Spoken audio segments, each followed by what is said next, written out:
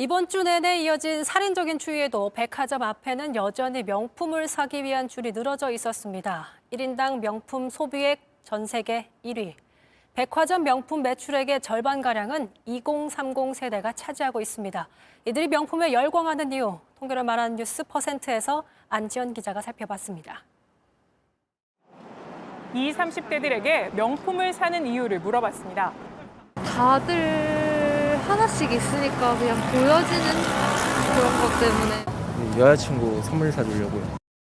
이유는 제각각이지만 2030 세대 사이 명품 열풍은 분명해 보입니다. 입장 번호표를 받기 위해 개장 전부터 줄을 서는 이른바 오픈런은 물론 몇 시에 오신 거예요? 1시 조금 안 돼서. 개장 후에도 명품 매장 앞에 길게 늘어진 줄 상당수가 이들 세대로 보입니다. 실제로 백화점 3사의 명품 매출액 가운데 2030 세대 비중은 코로나 이전인 2019년부터 꾸준히 50%를 육박했습니다. 이들 스스로 명품을 사는 계기로 소셜미디어를 꼽습니다.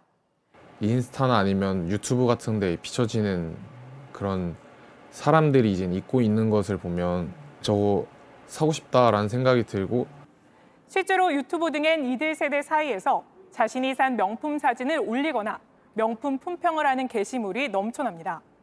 이 같은 소셜미디어에 타인에게 쉽게 영향을 받는 문화까지 겹쳐 명품이 또래 문화로 자리 잡았다는 진단이 나옵니다.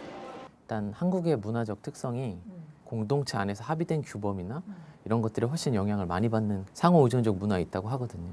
그 소속감 같은 걸 느끼게 해주는 물품 같은 것들이 있는데 이번 세대에는 그게 명품이라면. 물론 젊은 층의 명품 소비 증가는 우리나라만의 일은 아닙니다. 미국과 프랑스를 비롯한 5개국의 구매를 분석한 한 조사에서 MZ세대의 최근 1년간 명품 구매율은 모든 세대 가운데 가장 높았습니다. 다만 우리나라의 명품 소비는 시장 규모로는 세계 7위, 1인당 소비액으론 전 세계 1위입니다.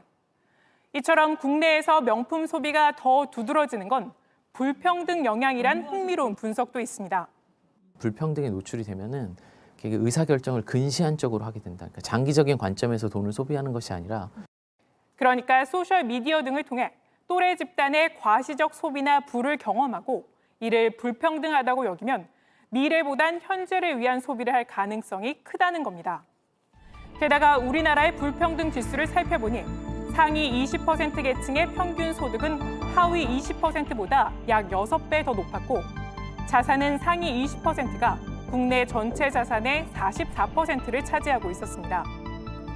이 같은 불평등에 세계적으로 높은 수준의 소셜미디어 이용률과 시간이 겹쳐 명품 소비로 나타난 건 아니냐는 분석이 나오는 이유입니다.